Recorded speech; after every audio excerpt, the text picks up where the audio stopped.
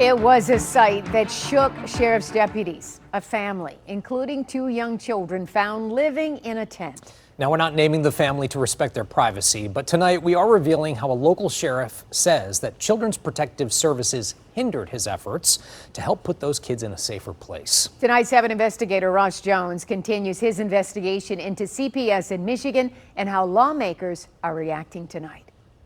I truly believe the individuals that occupy these positions, what I would refer to as boots on the street, want to do the right thing. They want to help these children. But Monroe County Sheriff Troy Goodenough doesn't understand why it took so long for the state to help 2 young children living in squalor.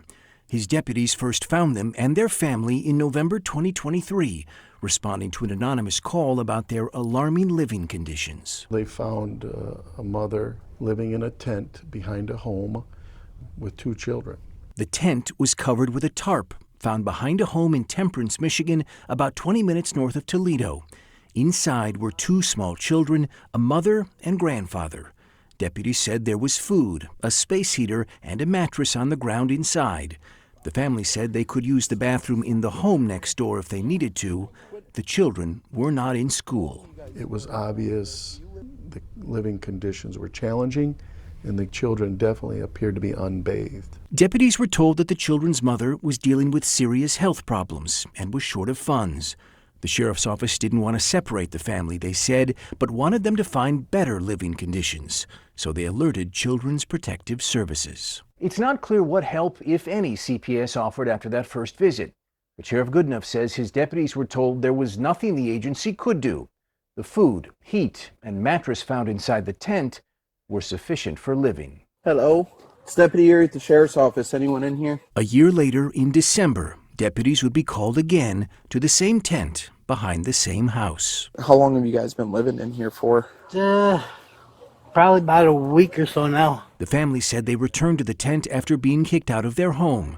Temperatures were in the low 40s that night, and as a deputy talked to the grandfather, the sounds of children coughing could be heard from the tent. Prior to this, she was at the kid's dad's parents' house. Okay. Is the young one sick or anything? Yeah, they both got a cough. She just took him to urgent care yesterday. One of the children looked dirty, deputies wrote. Another was wearing a soiled diaper barely covering her body. They were still not enrolled in school, and their mother, still battling serious health problems, didn't have a job. She said her ex-boyfriend occasionally drops off food for the children to eat. Our deputies said, man, we've got to do something here. They reached out to CPS. They said, listen, we've investigated this. There's not much we can do. Fast forward to 4 months later, and deputies would encounter the family again. You don't want to go to the sheriff's department at all. What if we can get you some clothes and stuff for you to change? This time, they weren't living in a tent, but in a car. They'd been there for the last 3 weeks, deputies were told. One of the children could not remember the last time she took a shower, but said it was well before Christmas. Her head lice was so severe that bugs were visibly falling out of her hair. When she needs to use a restroom, she said, she would sometimes go to the bathroom on herself. For the 3rd time, the sheriff's office said it notified CPS, who told deputies they were unable to help without an active case being open. You have a family in a car that we've brought into our facility now that you see they are not meeting their basic needs, and there's nobody to help. We should be helping these families before the children need to be taken.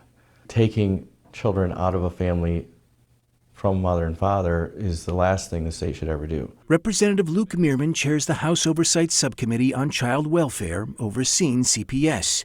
It was through those hearings that he learned of the sheriff's frustrations with the agency. To me, that's a sign of a broken system that's failing the Michigan families when they need it most. The sheriff says his deputies ultimately took the action he hoped CPS would, lining up temporary shelter for the family through a nearby church.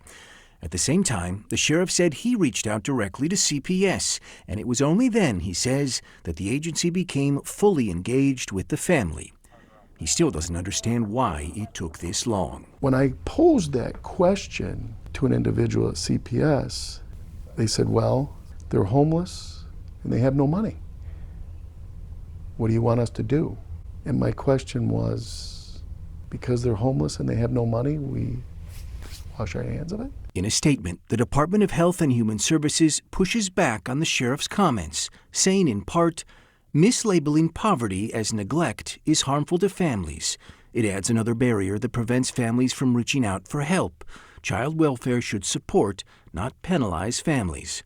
When the department doesn't find evidence of abuse or neglect, a spokeswoman said, they connect families to child abuse and neglect prevention resources in their local community who may work directly with the family to help meet their unique needs, such as food, housing, transportation, and health care.